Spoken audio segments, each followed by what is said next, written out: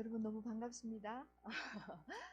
어, 제가 주일 모임을 한 10평짜리 오피스텔에서 드리고 있는데 오니까 너무 쾌적하고 좋은 환경이어서 참 여러분들 부럽고 또 수련회 짧은 시간이지만 오셔서 이렇게 같이 할 수 있게 돼서 너무 기쁘고 감사합니다. 제가 인사 영상에서 말씀드린 것 같이 대구에서 제가 태어났어요. 예, 대구에서 한 26년 살았거든요.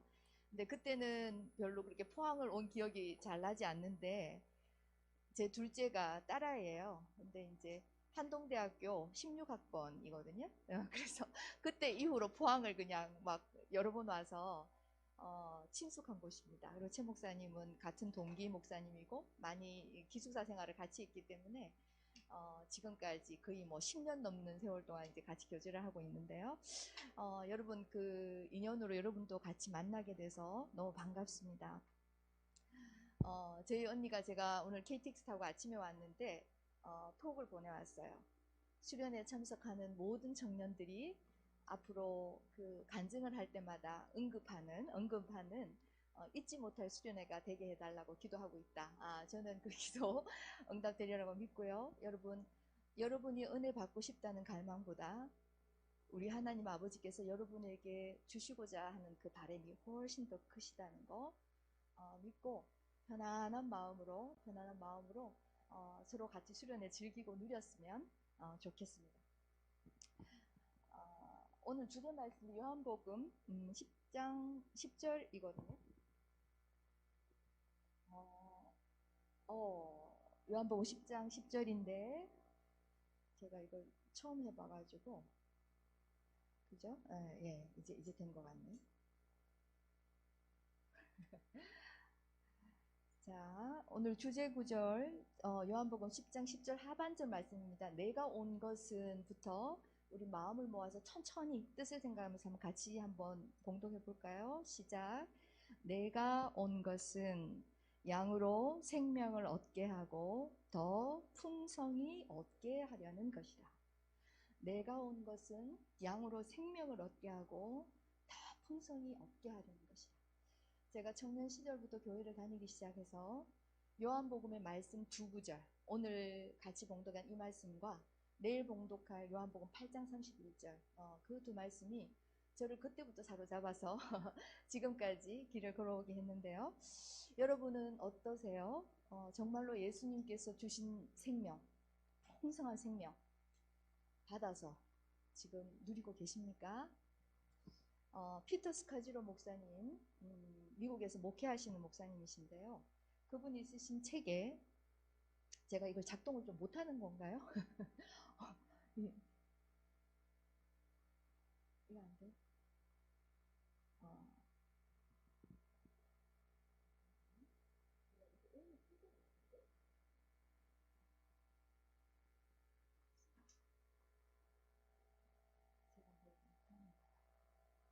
어디를 향해서 해야 되는 거야? 여기를 향해서 해서 안 되는구나. 네.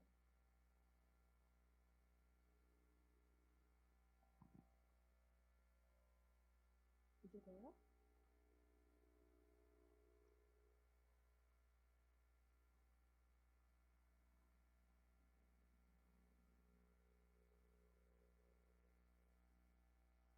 그러면 그 안에서 이렇게 좀 넘겨주시면 될 것 같아요. 그렇죠. 예, 그렇게 해주세요. 예, 감사합니다. 예, 예. 어, 피터 스카지로 목사님 책 바꿔주셔야 돼요 하면 책에 그 제목이 뭐냐면 정서적으로 건강한 영성이라는 책이 있어요. 정서적으로 건강한 영성. 근데 그 책의 겉표지에 보면 이런 징후가 나타났다면 여러분의 영적 건강에 적신호가 켜진 것이다. 이렇게 되어 있습니다. 그 다음 한번 넘겨주세요. 한번 그 표지 어떻게 되어 있느냐 하면요.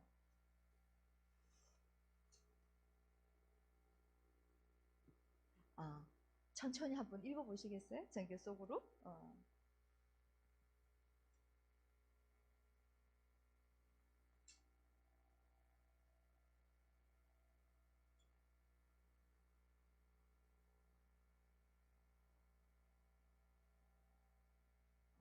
제가 이제 이 급표지 몇 년 전에 오래전에 제가 이 책을 읽었는데 제가 이 급표지를 사진을 딱 찍어서 제 친구 목사한테 이걸 보냈어요. 그랬더니 이제 한참 뒤에 톡이 오기를 미숙아 나는 10가지 다 해당돼 그러면서 저한테 톡을 보내왔더라고요. 스카지로 목사님의 사역 경력이 그 책을 쓰실 때 벌써 26년 정도 되셨는데 미국에서 다민족 교회를 목회하고 계셨어요. 그러니까 다양한 인종들이 출석하는 교회를 목회를 하고 계셨는데요. 그 목회를 하시다가 어느 날 스페인어 예배를 담당하고 있던 부목사님께서 그 스페인어 예배를 참석하는 그 200명의 성도를 데리고 나가가지고 자기가 교회 개척을 한 거예요. 저는 큰 교회를 해본 경험이 없고, 그래서 이게 도대체 담임 목사님한테 어떤 충격일까 감히 짐작이 안 돼요. 아마도 저와 여러분한테 일어날 수 있는 최악의 사건이라고 뭐 생각하면 될 것 같은데, 그래서 200명을 데리고 나갔어요. 그래서 너무 충격을 받고 그 배신감 때문에 너무 억울한 배신감, 미움, 분노 이런 것들이 떠나가질 않은 거예요. 늘 그 마음에 있었던 거죠. 그래도 교인들이 와서 목사님 뭐 이렇게 위로하고 이러면 괜찮다고 하고 자기 속에는 부글부글 끓어도 강단에 올라가면 사랑을 이야기하고 용서를 이야기하고 그랬다는 거죠. 그렇게 200명이 또 빠져나갔으니까 또 더 열심히 또 사역에 매진을 했을 거 아니에요. 그죠? 굉장히 열심히 목회를 하다 보니까 어느 날 서재에서 말씀을 준비하고 있는데 사모님이 문을 열고 들어와가지고 나는 더 이상 당신 곁에 있을 수 없다. 나는 아기들을 데리고 당신을 떠나겠다. 라고 선포를 한 거예요. 당신이 이렇게 교회 일에만 몰두하고 이렇게 우리를 돌보지 않고 그리고 그렇기 때문에 당신이 강단에서 하는 설교를 난 더 이상 신뢰할 수도 없고 듣고 싶지도 않다. 이런 폭탄 선언을 사모님이 하신 거예요. 그래서 그때 목사님이 굉장히 충격을 받고 교회 일만 해도 지금 너무 충격인데 사모님까지 가장 사랑하는 아내까지 자기한테 자기 설교를 들을 수 없다. 이런 말을 들으니까 너무 충격을 받아서 그때서야 밖으로만 향하던 자기의 그 발걸음을 중지하고 내면을 돌아봤다는 거죠. 자기 내면을. 그러면서 자신은 교회 안에서 계속 생활하고 교회 안에서 온갖 훈련을 다 받고 그랬기 때문에 자신은 자연스럽게 자기가 성장하고 있다고 생각했다는 거예요. 성장하고 있다고 자기는 착각하고 있었다라고 그 책에 적고 있어요. 저도 그리스도인이란 이름으로 산 지가 벌써 한 37년 그 정도 돼요. 37년 줬는데 저도 목사님이 다름하지 않아요. 저도 좋은 그리스도인이 되기 위해서 좀 더 나은 그리스도인, 훌륭한 그리스도인이 되려고 온갖 노력을 했었습니다.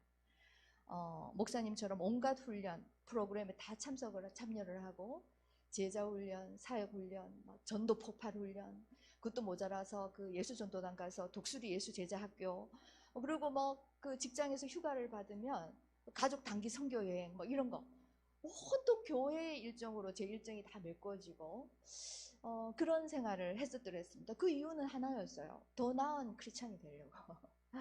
더 나은 크리스찬이 되려고 했지만 그 나은 크리스찬이 되려는 것 속에는 뭔가 갈급한, 뭔가 부족한, 뭔가 해결되지 않은 갈망이 저 안에 있는 거죠. 그 풍성한 생명은 도대체 언제 오는 거지? 예수님이 약속하신 너희들한테 내가 생명 주려고 왔고 더 풍성한 생명 주려고 왔어 라고 약속을 하셨는데 도대체 언제 내가 얼마만큼의 훈련과 프로그램을 다 하면 그 풍성한 생명을 누릴 수 있을까에 대한 의문 때문에 저는 그런 모든 것들을 했던 거예요. 저기 가면 풀릴까? 저런 훈련을 하면 내가 풍성한 삶을 살게 될까? 너희가 진리를 알면 진리가 너희를 자유롭게 한다는 그 말씀이 나한테 이루어질까? 하는 그 갈망. 청년 때부터 저를 붙잡고 있었던 그 두 구절 때문에 계속 저를 다고치면서 더 부지런하게, 더 열심히 그렇게 저를 채찍질하고 왔었습니다. 초기 신앙생활 20년 동안 저는 그런 삶을 살았더랬었어요. 그래서 그런 훈련을 다 받고 나서 20년 정도 됐는데 제가 결론이 뭐였냐? 다람쥐 쳇바퀴 도는 것 같다. 뭔가 될 것 같은데 안 되고, 수련회를 갔다가 뭐 부르짖고 은혜는 받은 것 같아서 가서 한 뭐 이젠 다 끝났어 막 이렇게 내려오는데 하나도 끝 안 나고 일주일만 되면 다시 이렇게 돌아오고 하는 이 삶이 이제 반복이 되는 거죠. 그래서 제가 하나님은 분명히 저에게 구원을, 영혼 구원해 주셨는데, 제 가정에서나 직장에서나 모든 어떤 인간관계 속에서 제가 구원의 삶을 구체적으로 살고 있지 못하다는 게 제 신앙생활 20년 후의 결론이었었어요. 그래서 제가 기독교 신앙이 이게 전부 다라면 이게 전부 다인가? 기독교 신앙이 이게 전부 다인가? 기독교 신앙이 이게 전부 다라면 이건 내가 바라는 게 아니다. 내가 바라는 게 아닐 뿐더러 하나님이 원하시는 걸, 예수님이 말씀하시는 것도 너무 분명히 다르고, 성경이 말씀한 그 삶, 믿는 자들의 삶과 내 삶은 간격이 너무 크다. 20년 했는데 근데도 그 간격이 좁혀들진 않은 거예요. 그 스카지로 목사님도 정서적으로 건강한 영성 그 책에 보면 그렇게 나와 있어요. 본인도 온갖 훈련, 온갖 기도, 성경 공부, 그 많은 교제, 그리고 이분도 평신도 생활이 조금 길었었는데 교회에서 어릴 때부터 신앙생활을 했고, 또 그 선교단체에서 간사도 하고 오랫동안 훈련을 받았죠. 그러다가 이제 나중에 이제 때가 돼서 목사 안수도 받고 그래서 목회를 하게 됐는데, 그럼에도 불구하고 자신의 내면은, 자신의 이 존재는 아무런 영향도 받지 못하고 요지부동이었다. 정확하게 이렇게 되어 있습니다. 어떤 영향도 받지 못한 채로 요지부동이었다. 이렇게 고백하고 있어요. 그러던 차에 아까 제가 언급했던 그 부목사님의 일과 또 사모님의 선언과 이런 것들이 딱 이제 자기를 이제 솔직하게 이제 자기의 내면과 대면하게 되면서 도대체 어떻게 해야 할 바를 알지 못했는데, 사모님과 우연한 그 교회의 침묵 수련, 침묵 기도를 하는 어떤 프로그램을 알게 돼서 거기에 가서 며칠 동안 이제 침묵 기도와 이제 수련을 하게 됐다는 거예요. 그러면서 정말 자기는 침묵 수련을 만나지 못했다면 정말 어떻게 됐을까? 그 책에 이제 그렇게 적고 있어요. 그래서 획기적인 해독제가 되었다. 수십 년 동안 신앙생활을 했는데 획기적인 해독제가 되었다고 이제 고백했습니다. 여러분은 침묵 훈련, 침묵 기도 이렇게 말을 하면 좀 낯선 거 아닌가? 그렇게 생각하실지도 모르겠어요. 그렇지만 이거는 2000년 기독교 역사와 전통 속에 늘 내려오고 있던 거였습니다. 침묵 훈련, 침묵 기도. 그래서 많은 교부들과 신앙의 선배들은 영성 형성에 있어서, 우리의 바른 영성 형성에 있어서 가장 기본적이고 탁월한 훈련이 바로 이 침묵 훈련이다. 그리고 하나님의 신비를 가르쳐주는 가장 위대한 스승이라고 이야기를 해왔습니다. 하나님께 나아가기, 그 다음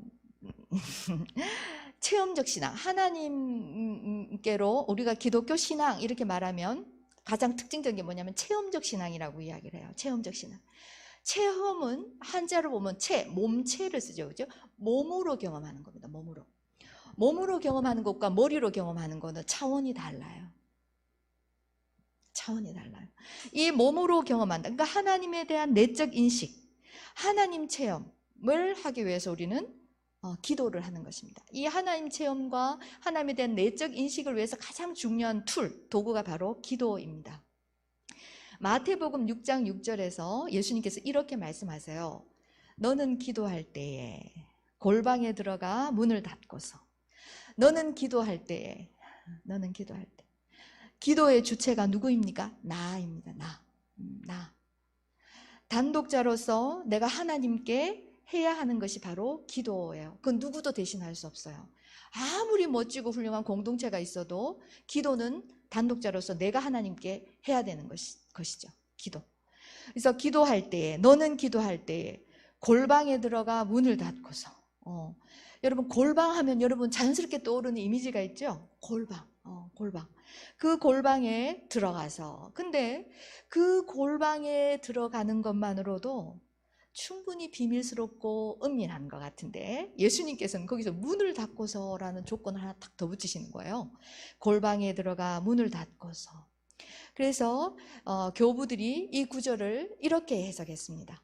네 영혼, 골방에 들어가, 네 영혼, 네 존재의 가장 깊은 그 심연으로 들어가서 문을 닫고서 네 모든 오성, 지성이나 사고, 이성과 감각 이런 것에 모든 것에 문을 닫고서 네 아버지께 기도해라. 하나님께 머물러 있어라. 이렇게 말씀하시는 거예요. 그렇게 이 구절을 해석했어요. 내 존재의 심연에 들어가서 모든 이 우리 의식 상태에서는 여러분은 아마도 지금 눈은 저를 보고 있지만 머릿속으로는 다른 생각을 하실 수도 있죠. 그죠? 몸은 여기 있는데 머리는 다른 거 이렇게 할 수도 있는데 이 의식 상태에는 우리가 모든 것이 늘 활발하게 움직이죠. 그죠? 근데 하나님께 기도할 때는 이 모든 것을 중지하고 내 존재의 심연 속에 들어가서 기도해라. 머물러 있어라. 네가 기도하는 분은 그러면 숨은 일도 보시는 내 아버지께서 갚아주실 것이다. 그러면 네가 기도하신 대상은 누구냐면 네 아버지. 네 아버지. 우리 존재의 원천. 저와 여러분의 존재의 원천, 존재의 바탕, 그 뿌리가 되시는 하나님 아버지께 우리가 기도한다는 거예요. 내 가장 깊은 내면의 침묵 속에서 하나님 앞에 가만히 앉아서 하나님과 사귀는 것, 그것이 기도이죠. 기도이죠. 신약에서 예수님께서 기도할 때에 우리한테 이렇게 말씀하시고 시편 46편 10절을 보면 너희는 잠깐 손을 멈추고 너희는 잠깐 손을 멈추고 내가 하나님인 줄 알아라. 이렇게 말씀하세요. 다른 번역으로 보면 너희는 가만히 있어. 내가 하나님됨을 알아라. 이렇게 말해요. 우리는 하나님의 일을 하기에 굉장히 바빠요. 하나님의 일을 막 이것저것 계획하고 하나님의 영광을 위해서 막 이러는데 하나님이 하나님 되심을 알려면 이 성경 말씀은 뭐라고 하냐면 손을 멈추라는 거예요. 손을 멈추라. 너희는 가만히 있어서 가만히 있어 하나님됨을 알아라. 내가 세계 중에서 높임을 받으리라 하신다. 우리가 온전히 주님을 향해서 멈춰 있을 때에 우리는 하나님이 우리의 근원이 되시고 우리의 바탕, 우리의 뿌리라는 것을 알게 됩니다. 침묵 속에는요, 깊은 침묵 속에는 하나님이 하나님 되심, 그 하나님이 왜 내 아버지가 되시는지를 알 수 있는 잠재력이 있어요. 침묵 속에는 그런 잠재력이 있습니다. 하나님께 어떤 일을 해드리는 것보다 앞서서, 그보다 더 앞서서 우리는 하나님을 알아야 해요. 하나님이 어떤 분이신지를 알아야 해요. 그분 안에서 쉬고 그분을 누리고 그분을 즐기고 그분과 늘 사랑의 그 상태, 그 현존 앞에 머물러 있다는 것이 무엇인지를 먼저 알아야 그 다음에 일은 굉장히 쉬워지는 거거든요. 우리는 이것에 집중하는 것보다 제가 방금 말씀드린 이 후자 쪽에 더 관심을 기울여서 하나님이 어떤 분이신지도 제대로 알지 못한 채 그저 동분서주 하나님의 이렇게 하는데 너무 바빠 있었던 게 사실이고 우리의 현실이죠. 우리가 하나님을 지향하면서 침묵 속에 가만히 머물러 있으면 우리는 하나님이 내 아버지 되시는 것, 그리고 하나님이 사랑이시라는 것, 그래서 지금도 저와 여러분을 계속 사랑하고 계시다는 것을 알게 돼요. 그냥 성경에 나타나는 활자를 믿습니다 하는 수준이 아니고 알게 됩니다. 제가 체험이라고 말했죠. 몸으로 경험하게 돼요. 여러분도 경험이 몰라. 제가 머리가 나빠서 그런지 모르겠지만 저는 학기말고사를 두고 한 달 동안 공부를 해도 학기말고사 시험 치고 나면 2주가 되면 그 내용들을 다 잊어버려요. 머리로 외우는 것, 머리로 관념을 이해하고 수긍하는 거하고 몸으로 체험하는 거는 차원이 달라요. 알게 되는 겁니다, 여러분. 알게 되는 거예요. 단순히 믿는 것을 넘어서 하나님이 저희에게 계시해 주신 이 진리에 대한 내적 인식이 생겨나기 시작하기 때문에 이 내적 인식이 자라나면 우리 안에 내면에 힘이 생기고 그래서 그 말씀을 있는 그대로 살아갈 수 있게 됩니다. 내가 하는 게 아니에요. 저절로 내 안에서 그런 능력이 힘이 나타나게 되죠. 왜요? 우리가 늘 그 침묵 속에서 신성의 빛에 노출되어 있잖아요.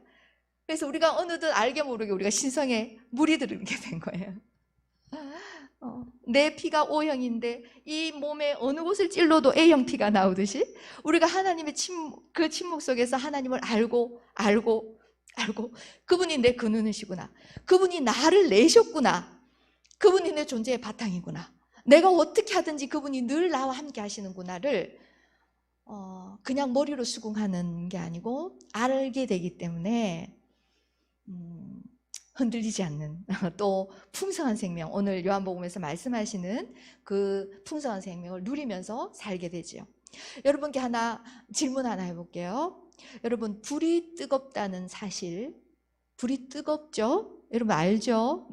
불이 뜨겁다는 사실 하나 하고, 하나님이 나와 함께 하신다, 그리고 하나님이 나를 변함없이 사랑하신다는 이 사실 중에 여러분은 어떤 사실에 더 확신이 드세요?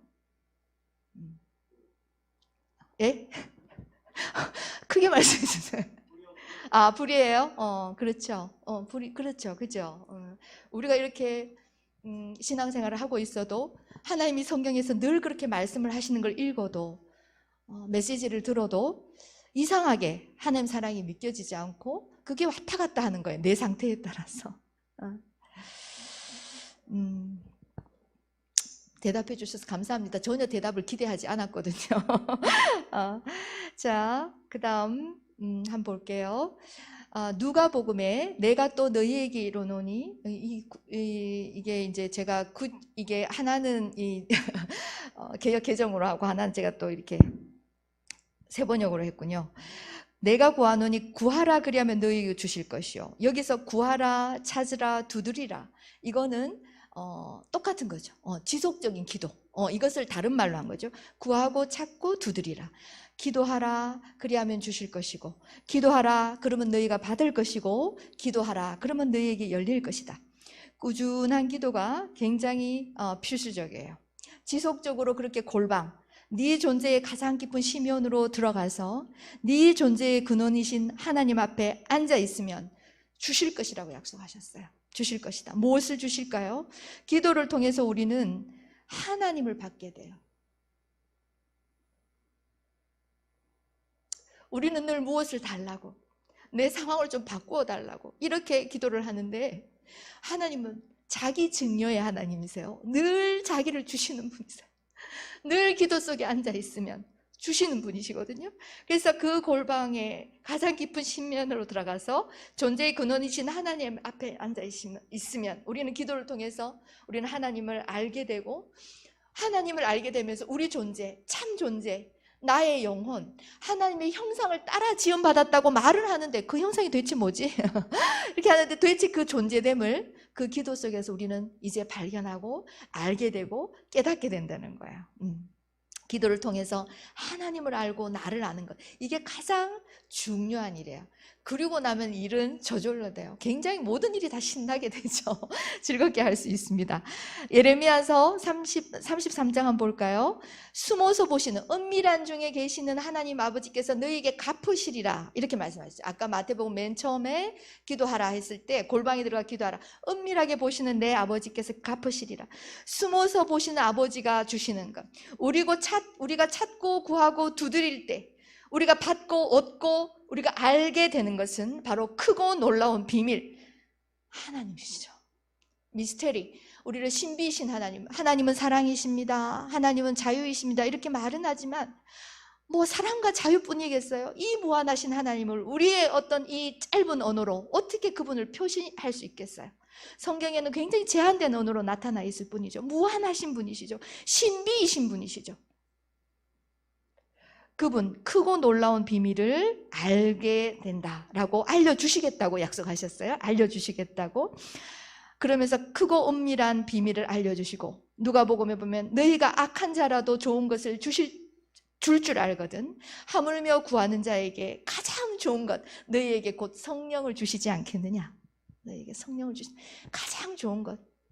우리가 좋은 거 받아봐야, 택배 아무리 내가 좋은 물건 막 기다려봐야 택배 딱 뜯는 순간에 끝나는 거잖아요. 그런 것들은 그냥 즐거움 한순간 끝나는 거지만, 이 크고 놀라운 비밀, 우리 안에 영원히 살아계셔서 그분하고 교제하고 산다는 것이 얼마나 황홀하고 아름답고 자유로운 일인지 경험해 봐야 되잖아요. 그렇죠? 주시겠다고 했는데 계속 주시겠다고 하시는데요. 여러분은 삶을 지금 살아가면서 아마 20년 정도 사신 분도 계실 것이고 저같이 이렇게 50대 중반을 넘어가는 저도 있고 이 방에. 그런데 어떤 감정과 정서를 가장 많이 경험하세요? 여러분이 주로 경험하는 감정이 뭔가요? 어떤 생각이 주로 많이 여러분 나요? 3년 전에 제가 어떤 이 침묵수련을 어느 청년부에서 했는데 갓 대학에 들어갔어. 그때가 이제 20살 첫 여름 방학을 맞이하는데 너는 네가 가장 자주 경험하는 그 느낌, 정서가 뭐니? 그랬더니 분노라고 이야기를 했어요. 분노. 저는 두려움이었어요. 성경의 신약 성경의 예수님은 끊임없이 저한테 내가 너와 함께한다. 두려워하지 말라. 그렇게 말씀하셨는데 가거든요. 신약 성경에 두려워하지 말라는 말씀이 그거하고는 정반대로 저는 늘 삶에서 경험하는 게 주로 두려움이었어. 이게 이렇게 되면 어떡하지? 이렇게 안 되면 어떡하지?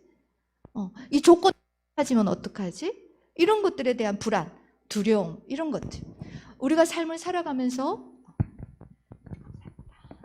자주 경험하는 게 바로 이 불안, 의심, 두려움, 낭망, 염려. 그죠? 이런 모든 것, 저는 삶을 살아가면서 인간으로서 당연히 경험해야 되는 감정인 줄 알았거든요. 그런데 두려워하지 말라고 하신 이유가 있더라고요. 우리 안에 있는 이 크고 놀라운 비밀, 우리 안에 계셔서 항상 우리와 함께 하시는 하나님을 모르기 때문에, 모르기 때문에 생기는 감정이라는 것을 제가 기도하면서 알게 됐어요. 이 크고 놀라운 비밀을 알지 못하고 알려는 노력을 하지 않고 그저 관념적으로 믿기만 하기 때문에 우리는 우리 신앙생활이 우리의 삶 자체가 계속 업앤다운을 반복하고 업앤다운. 내 안에 사랑으로 임재하시는, 늘 임재하시는, 내가 어떻게 하든지 상관없이 늘 임재하시는 그 하나님을 알지 못하기 때문에 우리 눈이 밖에 있어서 늘 밖에 있는 환경들, 나를 둘러싼 세상을 바꾸고 싶어 하고 뜻대로 되지 않으면 화가 나고 불안하고 두려움을 느끼는 거죠.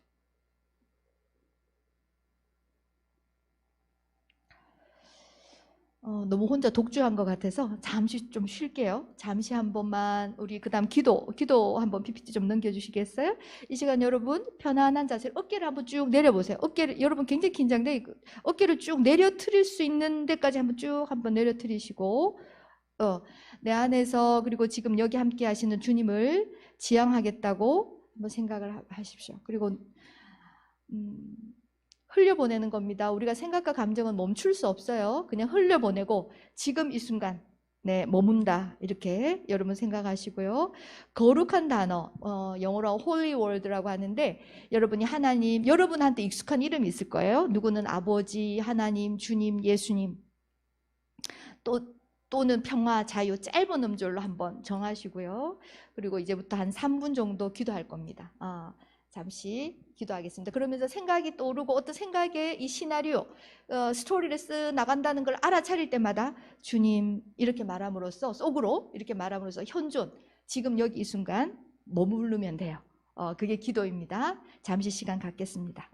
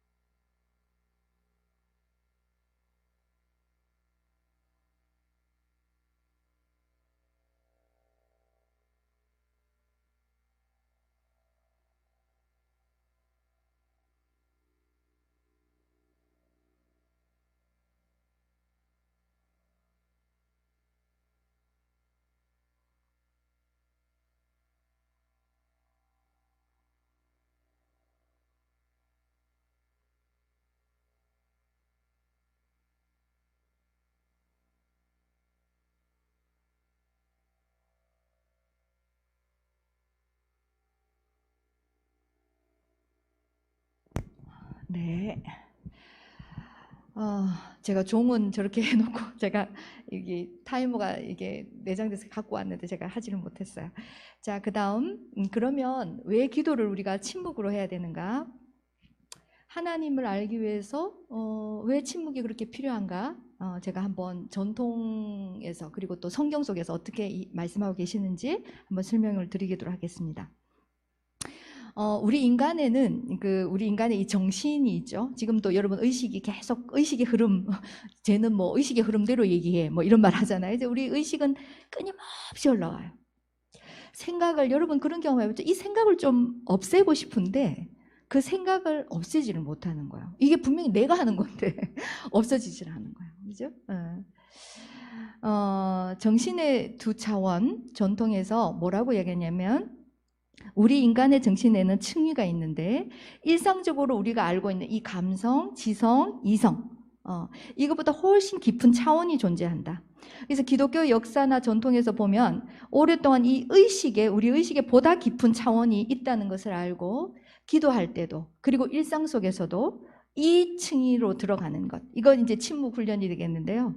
이걸 실천했다는 거예요. 이걸 실천하고 아우구스티누스 여러분 잘 아시는 어거스틴이 정신의 두 차원이 어떻게 구분이 되느냐? 하나님을 관상하는 높은 정신의 차원. 정말 하나님과 내 존재의 깊은 심연으로 들어가서 하나님과 사랑의 눈길로 주고받는 그 차원. 하나님을 관상하는 그 차원이 있고 추론, 일반적으로 우리가 계산하고 생각하고 뭐 연구하고 하는 추론과 관련된 낮은 차원이 있다.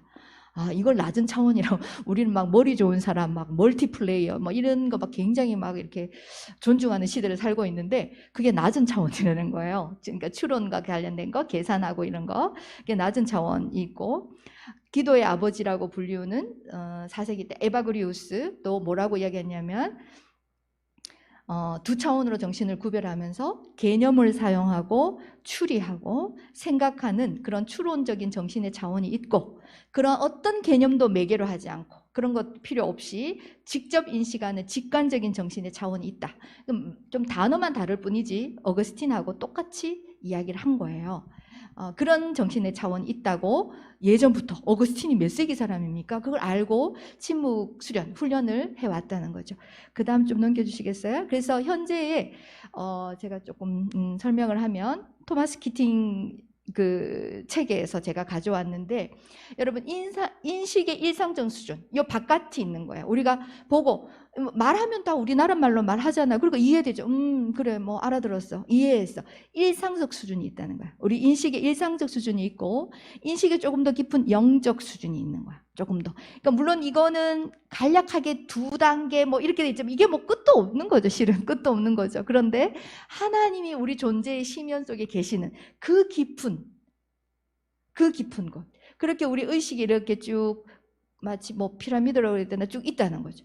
우리의 기도나 그런 깊은 이런 인식의 영적 수준, 그 다음에 하나님의 현존이 계시고 하나님이 계시고 하나님의 형상을 따라 지음받은 내 존재됨, 내 영혼이 그렇게 연합되어서 계신다는 거죠. 계시다는 거죠. 그래서 우리가 기도를 할 때 왜 침묵을 추구하냐면 인식의 일상적 수준, 그냥 내가 막 말로 해가지고 하나님 이렇게 해주고 그게 일상적 수준에서 기도. 그 30분, 1시간을 기도를 다 하고 나면 시원해진 것 같은데 일어나서 일상 속으로 돌아가면 막 믿습니다 했을 때는 막 하나도 안 드렸고 이제 다 했는데 삶의 터전으로 딱 돌아가면 무슨 말을 듣거나 무슨 뭐 일만 하나 일어나면 그게 다 흔들려 버려요. 기도 1시간 하고 나 이게 일상적 수준. 그 기도가 나쁘다고 여러분 절대 말하는 거 아니에요. 나쁘다 잘못다 절대 말하는 게 아니고 그런 일상적 수준에서 좀 더 깊은 수준으로 들어가서 기도를 하고 그런 침묵을 훈련한다면 정말로 하나님께서 예비하신 게 진짜 그 크고 놀라운 비밀이 뭔지를 우리가 알게 된다는 거, 그런 그 사실, 그 진리를 지금 이야기하는 거예요.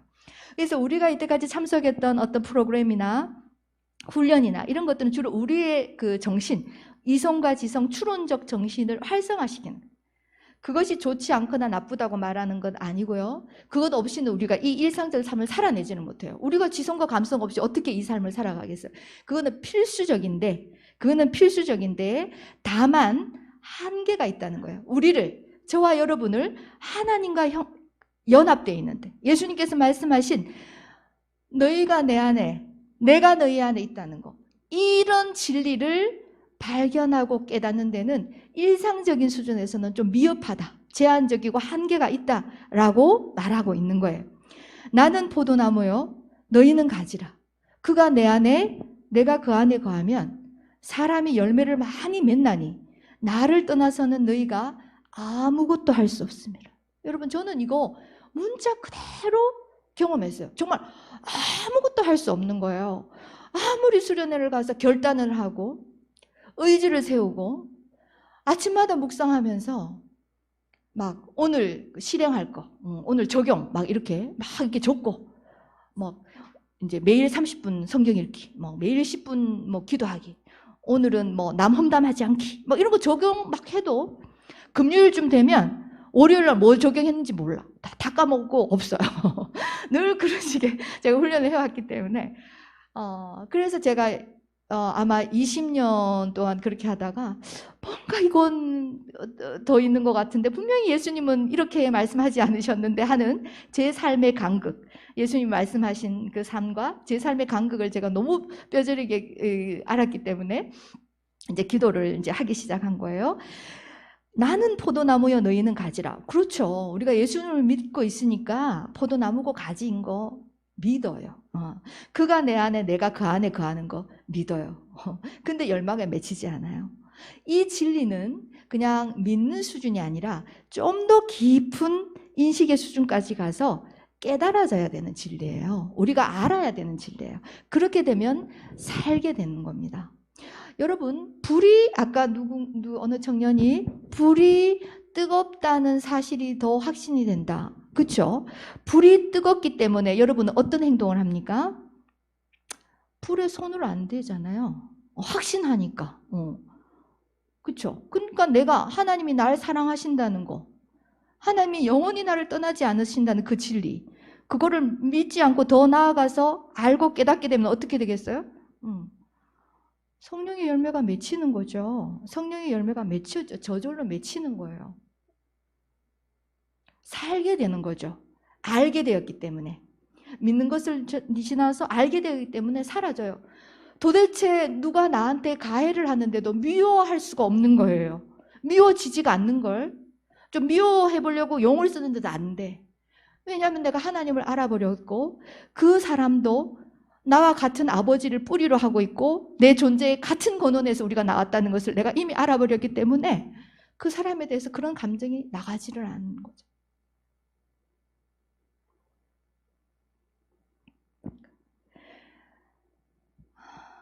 사유하고 추론하는 이 정신은 굉장히 귀한 거고 하나님께서 주신 지정이 맞아요. 너무 맞아요. 그런데 이 정신이 좀 더 깊은 근원적이고 본질적인 이 차원과 연결이 되지 않으면 우리는 그것들의, 그 생각과 감정들에 강박적으로 몰두를 하고 내 마음인데 내가 어떻게 할 수가 없는 거예요.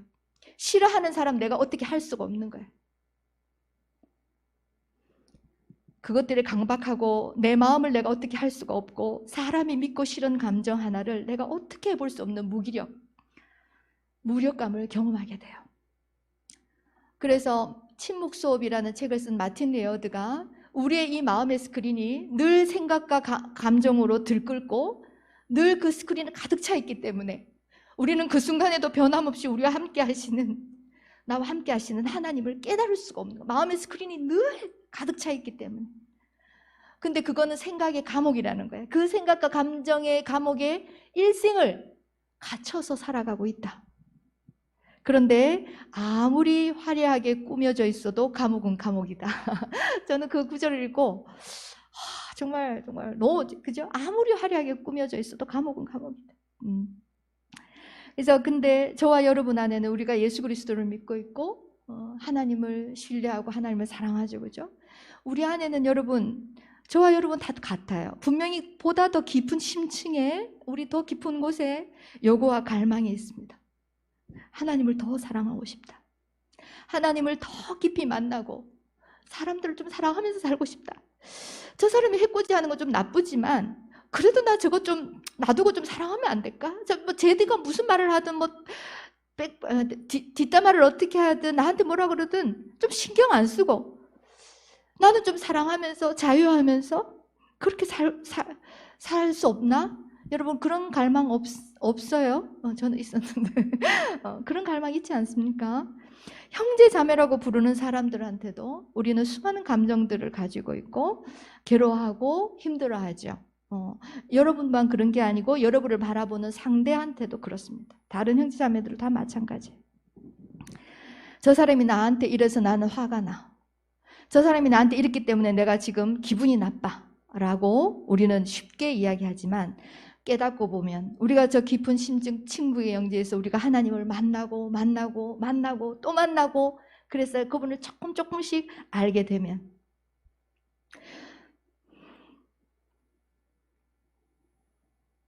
그런 감정에서 서서히 놓여지게 되는 자신을 발견하게 될 겁니다. 그렇기 때문에 그런 선순환, 은혜의 선순환이 계속 기도하면 할수록 내가 조금 더 자유로워지고 조금 더 기도할수록 다른 사람을 더 수용하고 다른 사람을 수용하기 때문에 나를 더 수용하는 이 내면에서 능력이 계속 자라나기 때문에 기도를 사모하게 돼요. 기도가 너무 좋아지게 돼요. 기도는 저는 전에 무슨 거룩한 노동이다 맞다 거룩한 노동이 아니에요. 저한테 놀이. 너무 즐거워. 너무 즐거워. 기도. 의자만 있으면 기도할까? 이제 이런 생각이 들 정도로 너무 즐거워. 왜 하나님 품 안이 그렇게 넉넉하고 편안하고 너무 좋은 거니까요. 그래서 우리가 그런 사랑을 하고 하나님을 만나고 오늘 예수님이 우리에게 약속하신 그 풍성한 생명을 누리려면 우리의 이 가슴과 정신을 구별하는 능력, 이게 더 심층이 있다. 구별한다기보다 좀 더 깊은 차원이 있다. 그것을 구분해내는 그 능력이 여러분 안에서 자라나야 돼요. 우리 안에서 자라나야 됩니다. 그래서 침묵 수업 아까 말씀드린 그 마틴 레어드가 침묵의 신비를 발견하는 것은 생애 최고의 은총이다. 가진 것을 다 팔아서라도 사야 하는 진주다. 이렇게 이야기를 했어요. 우리가 꾸준히 기도하고 일상에서 계속 이 침묵을 훈련한다면 우리는 하나님을 알게 되고 나도 알게 되고 나를 알게 되면서 바로 나를 둘러싼 타인들도 다 알게 되는 거죠. 그래서 그 체험적인 하나님의 사랑과 하나님이 무한하신 수용하심과 용납하심에 대한 내 알미, 이 체험적 알미 점점 더 자라나서 우리는 우리 자신도 잘 수용하고 타인도 잘 수용하고 사랑할 수 있게 되죠. 정말 하나님의 그 은총, 그 무한하신 사랑, 그 할자가 아니고 정말 무한하신 그 사랑 안에서 그 사랑의 강물에서 자유롭게 마음껏 살아갈 수 있게 되는 거죠. 정말 생명을 풍성하게 얻게 하려고 왔다. 이 말씀이 여러분 안에서 육화가 되는 거예요. 말씀이 육신이 되어 우리가 예수님을 본 듯이, 그죠? 그렇게 성경에 나오죠. 말씀이 육신이 되어. 그런데 생명을 풍성히 하고 더 주려고 왔다. 이 말씀이 여러분 삶에 구체적으로 체화가 된다면 그 인카네이션 아니겠어요? 체화. 여러분 삶 속에 그대로 활자가 아니라 삶으로 살아내는 그런 삶이 오게 되죠. 살게 되죠. 그럼 전통에서는 침묵에 대해서 이렇게 이야기를 하고 있는데 성경에서는 어떻게 말씀하고 계신지 다시 한번 살펴보겠습니다. 우리의 말과 생각으로는 이 무한하고 놀라우신 하나님을 이 신비신 하나님을 다 담을 수가 없어요. 그래서 어떤 것으로도 다 담을 수 없는 그 하나님의 임재에 우리는 그냥 마음을 열 뿐이에요. 마음을 열고 경험하는 구체적인 길이 바로 침묵입니다. 그래서 토마스 머튼은 이렇게 이야기했어요.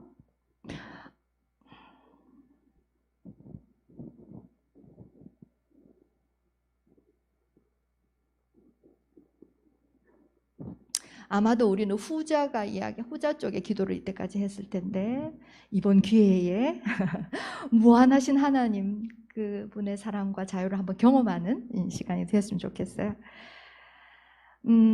침묵과 고독 속에서 하나님을 만난 사람들이 성경에 많이 나옵니다. 아브라함, 야복 강가에서의 야곱, 그리고 호렙산에서의 모세, 광야에서의 다윗, 성전에서 이사야, 예수님, 그리고 사도 바울 이런 여러 인물들이 나와요. 엘리야 이야기 한번 살펴보겠습니다. 구약에서 한 사람, 신약에서 우리 너무 사랑하는 예수님. 왕상 열왕기상 18장 19절에 이렇게 나와 있습니다. 바알 선지자들, 그 아세라 선지자들과의 대결에서 선지자 엘리야는 굉장히 놀라운 이적을 체험하게 됩니다. 그죠?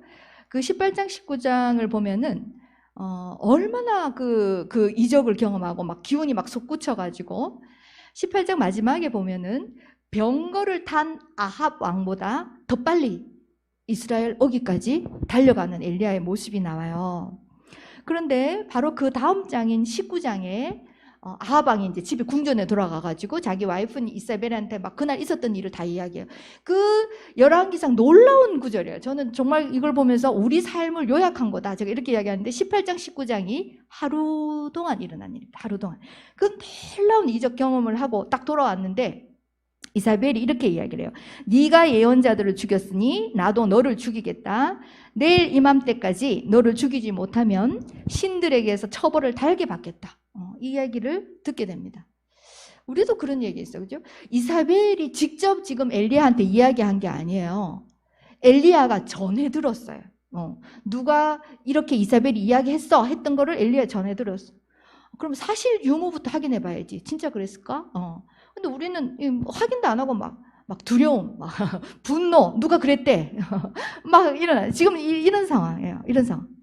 그래서 정말 엘리야 굉장히 극적인 경우지만요. 우리도 경험하잖아요. 막 아침에는 막 기도가 좀 잘 됐어, 그날. 그래서 막 뜨거, 막 오늘 막 다 세상에 나갔어. 막 할 수 있어. 근데 뭐 몇 시간 지나냐 해서 오후에 내 그 삶의 조건들 이렇게 딱 맞춰 놨는데 그 조건이 뭔가 조금 어긋나는, 삐긋하는 그런 일들이 일어나거나 누가 너에 대해서 뭐라 그랬대. 뭐 이런 거 하면 그냥 그 아침에 뭐 은혜 받은 건 다 없어져. 그냥 낭망 아니면 분노. 그렇죠. 그죠? 지금 엘리야가 다 그거예요. 그죠? 그 엘리야가 이 선지자 엘리야가 하나님의 사랑, 그 임마누엘에 대한 갈망, 하나님 임재에 대한 갈망, 그 갈망은 그 바알의 단을 다 불사르고 850명 선지자들 죽이고 3년 동안 가물었던 땅에 비가 내리고 막 이런 놀라운, 우리가 믿기지 않는, 들어도 그런 놀라운 일을 체험하고도 엘리야 내면에는 하나님의 함께하심, 하나님의 사랑하심, 그게 지금 아직 채워지지 않은 거예요. 그러니까 바깥의 걸로 아무리 해도 안으로 지금 안 된 거예요. 그러니까 그 이사벨이 뭐라고 그 말 한마디 했고 직접 자기가 듣지도 못한 얘기 가지고 막 흔들려가지고 막 오전에는 막 달려가지고 병 못한 사람보다 먼저 가놓고는 나중에는 이제 두려워서, 이게 우리 주된 감정이죠. 정서죠. 우리 삶을 살아 두려워서 급히 일어나 목숨을 살리려고 도망하여 홀로 광야에 들어가서 로뎀나무 아래로 가서 죽기를 간청하며 기도하였다. 아침에 막 그랬는데 그 다음날 죽기를 간청하면서, 그죠? 그래서 그 하나님의 능력으로도 이 엘리야의 그 갈망, 하나님의 임재와 사랑에 대한 내적 확신, 그게 부족했던 거예요. 그래서 밤낮 40일을 걸어서 엘리야가 호렙산에 마침 도착하고 동굴에서 우리가 보통 말하는 광야, 그 침묵 속에서 하나님을 만납니다. 밤을 보내는데 그 침묵 속에서 하나님께서 엘리야에게 이렇게 물으시죠. 엘리야야, 네가 왜 여기 있냐? 어찌해 네가 여기 있냐? 그랬더니 또 이제 막 엘리야가 그래요. 나는 이제까지 주 만군의 하나님을 열정적으로 섬겼습니다. 열정적으로 섬겼어요. 그러나 이스라엘 자손은 주님과 맺은 언약을 버리고 제단을 헐었고 주님의 예언자들 칼로 죽였고 이제 저 혼자 남았는데 이제 내 목숨마저도 없애려고 찾고 있습니다. 우리는 늘 이렇게 이런 모습, 하나님 앞에서 늘 하나님 제 상황이 지금 이렇고요. 제가 지금 직장을 구하는데 이렇게 되고 있고요. 학교에서 제가 이런 일을 당하고 있고요. 억울하고요. 제 자식이 지금 어떻고요. 막 이 내 상황, 형편들 다 내놓고. 그런데 하나님이 그 상황 모르실까요? 다 알고 계시죠? 그죠? 그 하나님께서 그 모든 것들에 앞서서 엘리야가 당신을 만나기를, 우리 자신, 저와 여러분 자신, 그죠? 늘 만나기를 원하시는 거예요. 원하시는. 그래서 열왕기상 19장 10절 보면 주님께서 말씀하셨다. 이제 곧 나 주가 지나갈 것이니 너는 나가서 주 앞에 서 있어라. 내 앞에 좀 가만히 좀 서 있어 보라. 하나님은 엘리야가 당신을 알 수 있도록 그 임재를 경험하고 체험해서 내적 인식이 좀 생겨나도록 그걸 원하시는 거죠. 그래서 하나님 인재와의 그 참된 만남이 있어야지 우리가 우리 자신의 존재됨을 알 수 있기 때문에 우리가 우리를 둘러싸고 우리를 규정하는 바깥 조건들이 절대로 우리 정체성이 아니라는 거. 그것이 흔들려도, 그것이 그 조건들이 뭔가 변화가 생겨도 나하고는 전혀, 그것이 나 하나님 사랑하고 내가 이 세상의 삶을 하나님과 살아가는데 영향을 끼치지 않는다는 걸 알게 됩니다.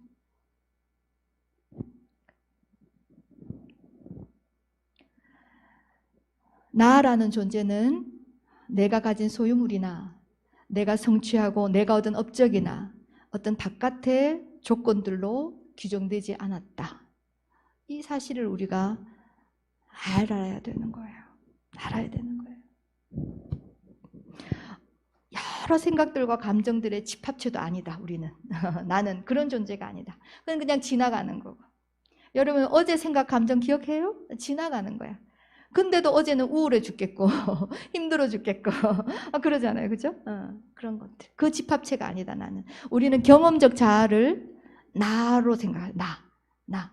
내가 아는 게 그거밖에 없으니까 생각하는데 정말 하나님의 임재를 경험하고 그 체험을 통해서 하나님을 알아가고 하나님 인식이 자라나면서 나를 규정하고 조건 지은 모든 것들이 벗겨져 나가기 시작해요. 토마스 키팅이 뭐라고 이야기했냐면 애정과 존중에 대한 욕구. 우리가 그게 갈망이 참 크지 않습니까? 애정과 존중, 힘과 통제, 생존과 안정에 대한 욕구. 우리는 그것이 기본 인간의 본능이라고 말하지만 그렇지 않습니다, 여러분. 우리 안에 그런 시스템이 가동되기 시작한 것은 어렸을 때부터 지금까지 살아오면서 그 시스템이 우리 안에 장착이 되어버린 거예요. 예수님도 광야에서 이런 시험 받으셨잖아요. 위에서 뛰어내리고 돌로 떡을 만들고 이게 뭐예요? 생존과 안정, 뛰어내려서 힘과 통제, 애정과 존중 이런 거에 대한 욕구였어요. 늘 광야에서. 오늘 예수님이 어떻게 하셨는지를 한번 보세요.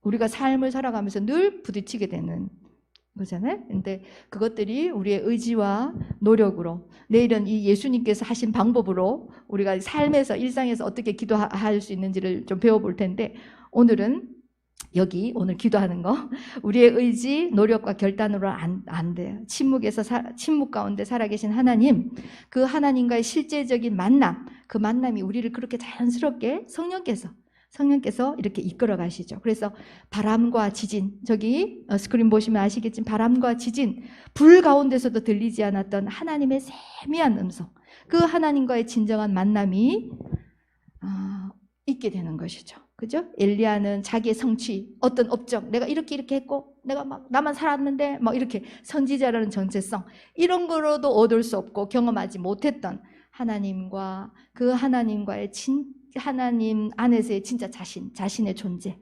참자를 알아가게 되는 거죠. 그죠? 소리가 들렸다. 조용한 소리가 들렸다. 이사야도 성전에서 혼자 기도할 때, 그죠? 다가오신 하나님을 경험했고 야복강에서 야곱이 그랬습니다. 자, 신약에서 예수님 이야기 한번 여러 구절들이 나오는데 홀로 있음, 이 침묵과 고독의 시간을 가장 풍성하고 그리고 또 철저하게 지키셨던 분이 바로 예수님이십니다. 예수님은 여러분도 잘 아시는 것처럼 어디를 가든 두 부류의 사람들이 있었어요. 자신을 막 열렬하게 추종하는 사람들하고 또 미워하고 시기하고 막 말마다 딴지 걸고 자신을 죽이려는 사람들로 늘 둘러싸여 있었죠. 그래서 예수님은 늘 무리와 따로 떨어져서 혼자만의 시간, 혼자만의 장소를 반드시 확보했어요. 어두운 밤에 새벽 미명에 홀로 제자들과 떨어져서 그런 말씀들이 굉장히 따로 떨어져 혼자서 한적한 곳 찾으신 거예요. 매일 찾으셨어요. 어떨 때는 오후에. 그렇게 5,000명을 먹이시고 핍절한 상태에서도 혼자 떨어져서 가서 하나님과 독대하고 기도하고 거기서 또 세임을 받고 그래서 또 그 많은 사람들에게 말씀도 전해주시고 그 많은 사람들을 사랑하고 기적도 베푸시고 적대자를 향해서는 하나도 배운 것도 없고 하나도 가진 것도 없고 그러신 때도 뭐 그 종교 지도자들하고 그렇게 딴지 걸어도 확신에 차서 그렇게 답변을 하셨잖아요. 그분의 삶의 루틴 우리가 정말 배워야 되는 거예요. 그죠? 그 시간들 속에서 예수님은 아버지 안에서 깊은 어떤 영적인 안식을 누렸기 때문에 그 나머지 일상의 시간을 하나님과 임재하는 가운데서 하나하나 처리하나. 너무 바빠서 식사할 시간도 없었는데 그래도 기도하고 지치지 않으시고 그렇게 하셨던 거예요. 그래서 예수님께서 늘 육체적으로나 정서적으로나 영적으로 이렇게 새롭게 자신을 늘 새롭게 할 수 있어요. 그래서 사람들을 향해서는 늘 궁율과 사랑이 있었고 적대자를 향해서는 늘 확신이 있었던 거예요. 다투지 않아요. 뭐 말하면 대답하고 또 질문 막 시험 삼아 물었다는 말이 얼마나 많아요. 유혹해서 물었다는 말이 얼마나 나와요. 그럼 거기에 대해 전혀 대답하는 거예요. 확신에 차서 말씀하시는 거죠. 그래서 그분 우리 예수님은 참 하나님과 참 인간. 그래서 우리에게 저와 여러분 인간이잖아요. 우리에게 어떻게 따라오고 또 어떻게 당신을 믿어야 하는지 실제 삶으로 보여주셔요. 저는 이 면에서 저는 예수님이 제 구주예요. 예수 보혈의 공로 믿죠. 그래서 제 구주 맞아요. 그렇지만 동시에 예수님이 그런 삶의 샘플을 성경에서 보여주시지 않았으면 저는 인간은 다 이렇게 살아야 되는 줄 알았을 거예요. 그냥 웃고 웃다가 좋은 일 생기면 웃고 안 좋은 일 생기면 막 기도하고 그 다음에 막 웃다가 막 미워하다가 사랑하다가 막 이렇게 우리 흔한 말로 뭐예요? 지지고 볶고 이렇게 사는 게 이 땅에서의 인간의 삶이고 죽어서는 이제 천국 간다 뭐 이렇게 아마 믿고 그렇게 살았을 것 같아요. 그런데 예수님은 저한테 정말 눈을 뜨게 해서 다른 삶이 있다는 걸 보여주신 거죠. 그분이 보여주시지 않았더라면 뭐 제 주변에 보고 사는 사람들이 다 같은 인생들이니까 뭐 비슷한 인생이니 그렇게 살았을 텐데 예수님 때문에 이렇게 살 수 있구나. 이렇게 살 수 있구나. 그걸 알게 됐어요. 그래서 제 구주세요. 정말로. 그래서 가정, 직장, 또 교회 어디서나 인간관계 이런 데서 구원받은 사람으로서의 삶을 구체적으로 실제적으로 하다 보니까 제 자랑 되게 많이 한 것 같은데 그냥 그런 거야. 그렇게 살아가는 거야. 그죠? 우리 삶의 조건도 예수님처럼 그죠? 비슷하죠. 뭐 그렇게 나를 열렬히 좋아하는 사람은 없어도 늘 뭐 죽도록 미워하는 사람도 없고 뭐 열렬히 따르는 사람도 없고 그렇지만 늘 나를 좋아하고 싫어하고 미워하고 뭐 그런 사람들 있죠. 늘 일은 많고 늘 일상은 바쁘고 하나님의 일을 하느라 바쁘고 그래서 하나님과 교제하는 시간은 갖지 못하는 이런 아이러니. 하나님의 뜻을 입버릇처럼 얘기하고 하나님의 영광 돌린다는 말은 무수히 많은데 정작에 그분이 가장 원하시는 삶, 풍성한 삶, 영생의 삶, everlasting, 영생이라는 것을 그저 이 목숨 숨이 끊어지지 않고 계속 되는 거라고 생각하시면 안 돼요. 풍성한 삶을 말씀하세요. 내 존재됨대로 충만하게 살아내는 삶. 뭐 질과 양 따지자면 질 쪽이죠. 오히려 충만한 삶. 하루를 살더라도 33년 살면서 다 이루었다. 딱 한 말씀 하시고 가시잖아요. 그런 삶 살아야죠. 다 이루었다. 그렇게. 그래서 정작 그분이 가장 원하시는 그 구원받은 사람, 자로서의 삶, 영생의 삶. 그죠? 사랑과 진리의 영이신 그 성령이 주인 되시는 삶. 성령이 내 삶의 길잡이가 되어주시는 그런 삶.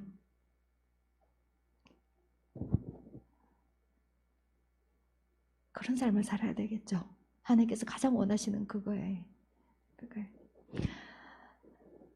수고하고 무거운 짐진 자들아 모두 내게로 오너라. 내가 너희를 쉬게 하겠다. 제가 고등학교 3학년 8월부터 교회를 다녔어요. 옆짝꿍이 너무 괴롭게 해가지고 아직도 그 이름이 기억나. 이정욱.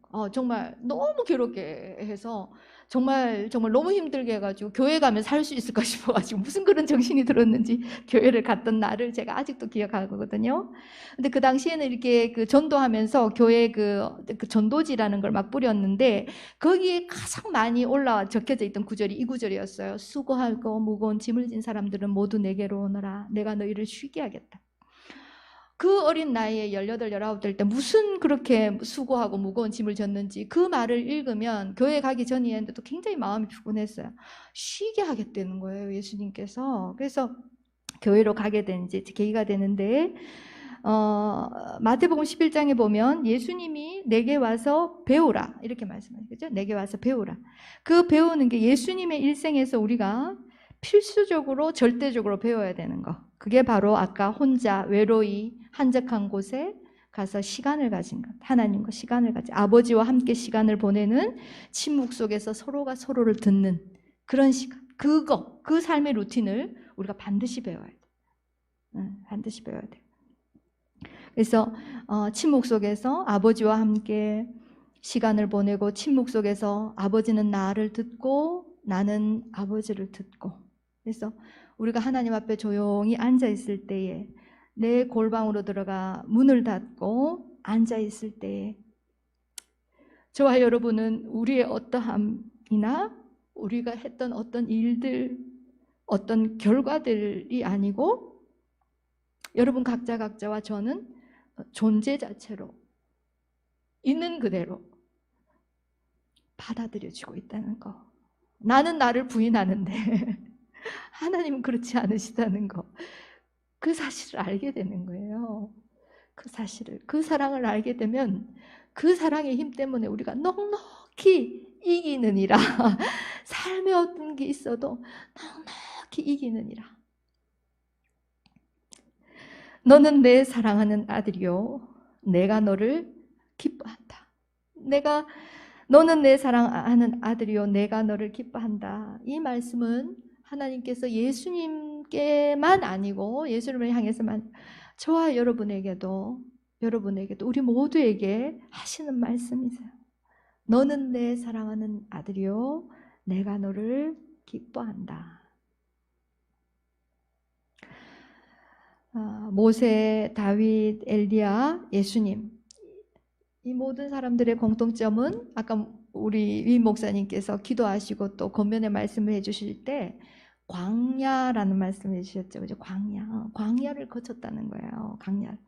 광야는 하나님을 만나는 물리적 장소, 그런 상징의 이미지로서 성경에 쓰여졌지만, 그 하나님을 알고 내 자신의 존재됨, 참 존재됨, 누가 나에 대해서 평가하고 판단하는 거 말고, 그리고 내가 내 자신에 대해서 나는 이런 사람이야 라고 말하는 거 말고, 진짜 하나님의 형상을 따라 지원받았다고 하는 그 존재됨을 알게 되는 그 구원의 역사가 바로 이 광야에서 펼쳐지는 거예요. 이 광야를 현대의 언어로 이야기를 하면 아마 침묵과 고독일 겁니다. 그죠? 요즘 너무 바쁘잖아요. 너무 바쁘게 들어. 안 바쁘다라고 말하면 무능력한 사람인 것처럼. 저는 하나도 안 바빠요. 막 바빠요. 늘 바빠요. 막 어떤 사람 보면 막 죽을 시간도 없어요. 바빠서 막 이렇게 이야기하는 사람도 있더라고요. 근데 이 침묵과 고독의 훈련을 통해서 우리는 진짜 구원이 무엇인지를 알게 됩니다. 진짜 구원이 무엇인지를, 그 속박이 자유를 만나고, 절망이 소망을 만나고, 죽음이 생명을 만나고, 땅의 흙으로 지음받은 내 존재가 정말 흙 같은데, 어떨 때는 생각하면 인간 같지도 않다고 여기던 내가 여전히 하나님 안에 있는 생명체, 리빙빙, 내가 리빙빙이구나. 여전히 그 사실을 알고 깨달을 수 있는 곳이 바로 침묵과 고독, 광야입니다. 침묵과 고독. 그래서 침묵 속에서 하나님과 모으는 거, 정말 너무 귀한 일이고, 정말 이 세상에서 할 수 있는 최고의 일이 아닌가. 침묵 속에서 하나님과 만나고, 그분은 저를 누리고 저는 하나님을 누리는 그런 시간. 그리고 하나님은 지금 여러분을 초청하고 계시는 거예요. 그래서 하나님과 머물면서 여러분의 참 존재됨을 발견하고, 그래서 하나님께서 여러분 각자에게 그 부여하신 고유함,